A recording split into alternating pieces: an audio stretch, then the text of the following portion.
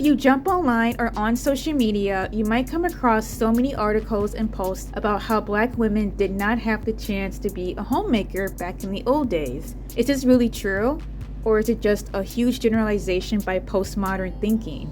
The question remains, how much do we truly know about families back then? Are we truly learning for ourselves?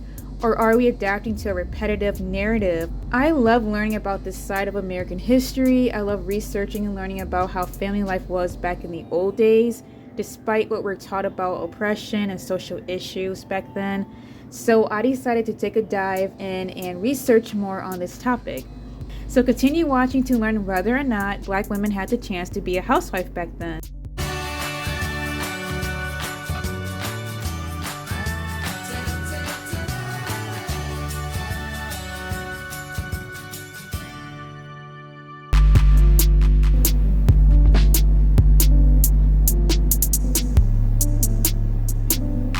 Hello, my name is Beryl Ann, just call me Ann for short. If you are new, welcome to my channel, thanks for stopping by.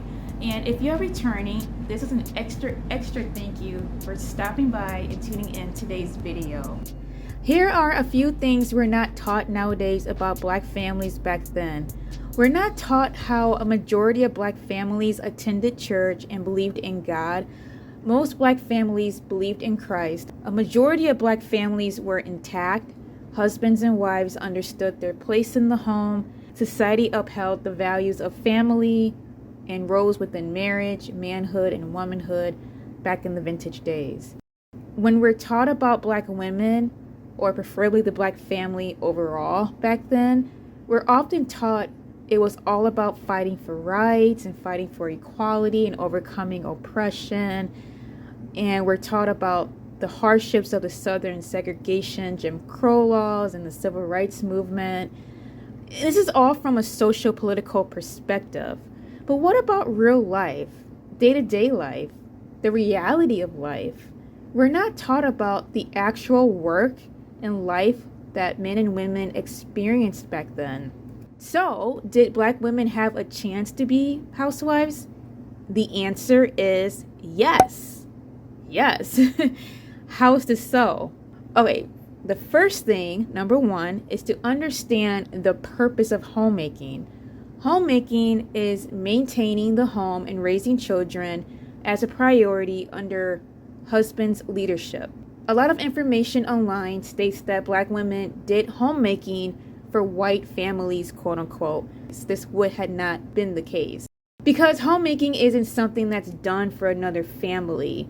Husbands wouldn't provide and pay bills for another family. Come on, that's like odd. That's like strange, right? Very strange. If a Black woman was employed to be a maid or a cleaning lady, that's a whole different thing. That's employment as a job outside the home. It's about caring, nurturing, and getting things done for her own family. Those who don't understand what homemaking truly is may not understand the work that homemaking involves. It's not something that's shared between random families. Why would a woman be a housewife for another husband? The second thing, number two, is how the family was structured back then. Marriage, homemaking, and husband's earning was highly valued and pursued. Statistics show that Black people were marrying more than white people. Black women got married more than white women up until the 1960s or so. Within marriage, roles including providing and homemaking will take place. Black families back then were more intact, unlike today. There was less wedlock going on. Wedlock is having children outside of marriage. Baby mama, baby daddy drama was non-existent. I'm sure there, of course, were single mothers with incidents that would happen or situations. But for the most part, wedlock was not the norm. It was not common. Unlike today, wedlock is extremely common, which causes the family to be separated. Black women raised their children like every other race or ethnicity. Daycare was not an invention just yet. A majority of women had multiple children with their husbands. Like we all know, back then, women had more than 10 kids. Daycare was not a thing because the idea of women going off to their career every day was not the norm in this time period. We need to understand that. The third thing, number 3, is that society, going into what I'm going to say next, society was different back then. Gender roles were valued and uplifted within the culture. It was the norm for a woman to marry and bear children if she could.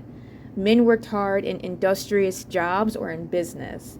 This is normal until progressive culture began to take over and deconstruct society to become more progressive and follow ideologies such as equality and feminism. We now consider the values that they followed back then as quote-unquote conservative or sexist or unequal and other progressive terms, right?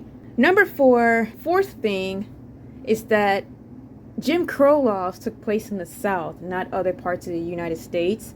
Black families in other parts of the country may have had a different experience than what we're just taught only about segregation in the South.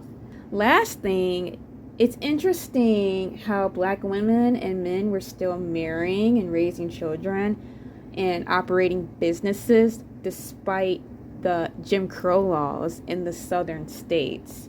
They didn't see themselves as a victim or oppressed enough to still pursue the virtues of life.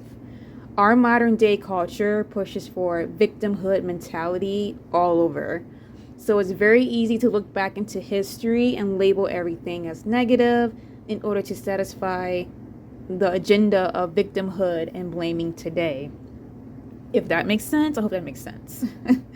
Nothing should stop us from marrying, having children, tending to our homes, husbands providing what our heart desires. I do plan on creating another video where I explain why the family structure in homemaking has severely declined in the Black community. As I mentioned before in other videos, homemaking is a creation by God for all women to follow. God calls for women to look after the home, raise children, and follow their husband's leadership. Husbands are called to love their wife, provide, protect, and lead with love and responsibility. So I do have more content on this topic of Black women and Black families back then in the vintage times. I will list the link to the playlist below in the video description box. Until next time, bye guys.